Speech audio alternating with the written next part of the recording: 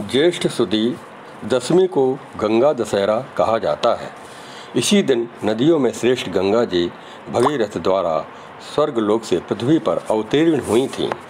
ज्येष्ठ शुक्ल दशमी को हस्त नक्षत्र होने पर यह तिथि घोर पापों को नष्ट करने वाली मानी गई है।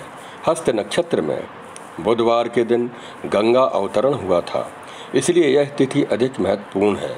इस दिन में स्नान दान तर्पण से 10 पापों का विनाश होता है, इसलिए इसका नाम गंगा दशहरा पड़ा है।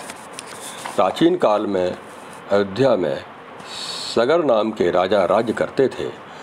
उनके केसनी और सुमति नाम के 2 रानियां थीं। पहली रानी के पुत्र असमंजस का उल्लेख मिलता है, परंतु दूसरी रानी सुमति के 60,000 पुत्र थे। एक बार जब राजा सगर अश्वमेध यज्ञ कर रहे थे, उसी समय यज्ञ पूर्ति के लिए एक घोड़ा छोड़ा। इंद्र यज्ञ को भंग करने के लिए उस घोड़े को चुराकर कपिल मुनि के आश्रम में बांध आए थे। इंद्र को डर था कि इनके यज्ञ पूरा हो जाएगा तो उनका इंद्रपद चला जाएगा। यह भयभीत होकर के इंद्र ने वह घोड़ा चुरा लिया और कपिल मुनि के आश्रम में बांध दिया था। राजा ने उसे खोजने के लिए अपने 60,000 पुत्रों को भेजा। खोजते खोजते कपिल मुनि के आश्रम में वह पहुँचे तथा समाधिस्थ मुनि के क्रोधाग्नि में जलकर भस्म हो गए।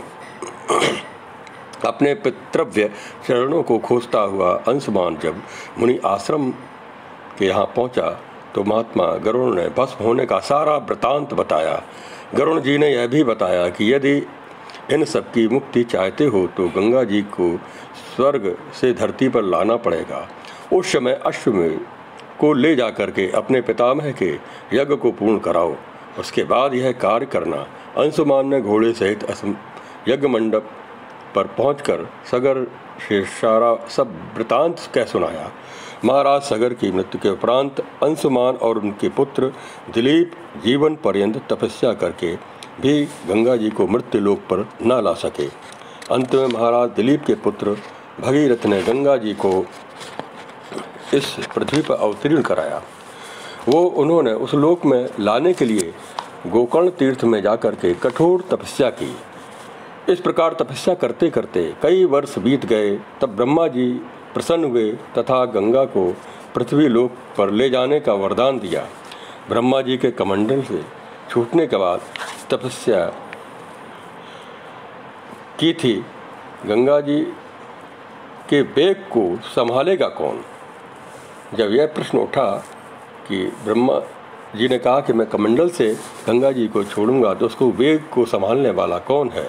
विधाता ने ही बताया कि भूलोक में भगवान शंकर के सिवाय किसी में यह शक्ति नहीं है जो गंगा वेग को संभाल सके।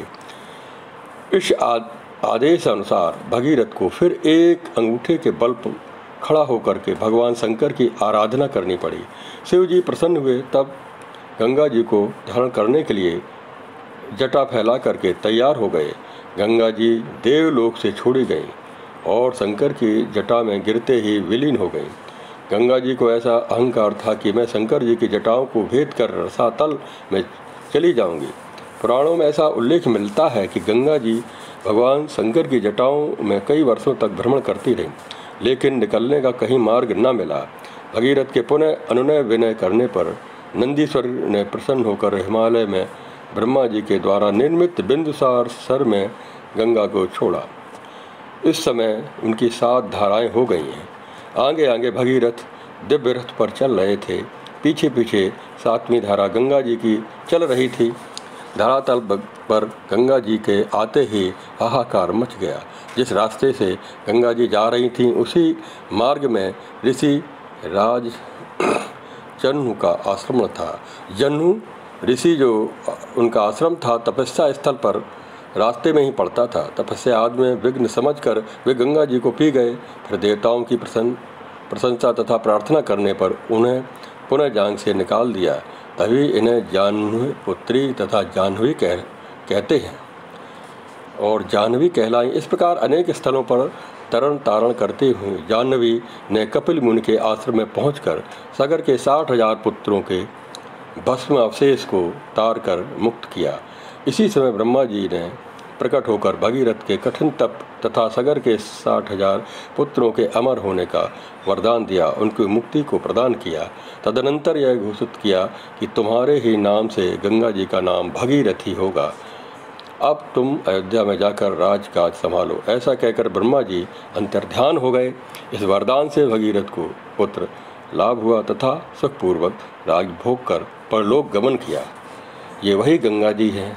भगवान विष्णु के चरण से इनकी उत्पत्ति हुई थी। जब भगवान ने राजा बलि यज्ञ कर रहा था तो 52 अवतार के समय में राजा बलि के 3 पग में इस धरती को नाप लिया था। 3 पग धरती मांगी थी और उस धरती को जब आकाश में ऊपर की ओर ले गए ब्रह्मलोक पर्यंत तक, तब ब्रह्मा जी ने उनके पदों को पखारा था, जल से उनके चरणों को धोया था। उनके चरणों से जो जल निकला वही गंगा जी के रूप में ब्रह्मा जी ने अपने कमंडल में धारण कर लिया था। वही गंगा जी को भगवान ब्रह्मा जी ने उसको भगीरथ को प्रदान किया और पृथ्वी पर भगवान शिव की जटाओं में आई। इसके बाद कैलाश मानसरोवर से आज वो हमारे संपूर्ण मानव जाति, संपूर्ण जीव जंतुओं के कल्याण के लिए अपने पापों को उनका समन कर रही हैं, विभिन्न तीर्थों का महत्व बढ़ा रही हैं। जय श्री गंगा मैया।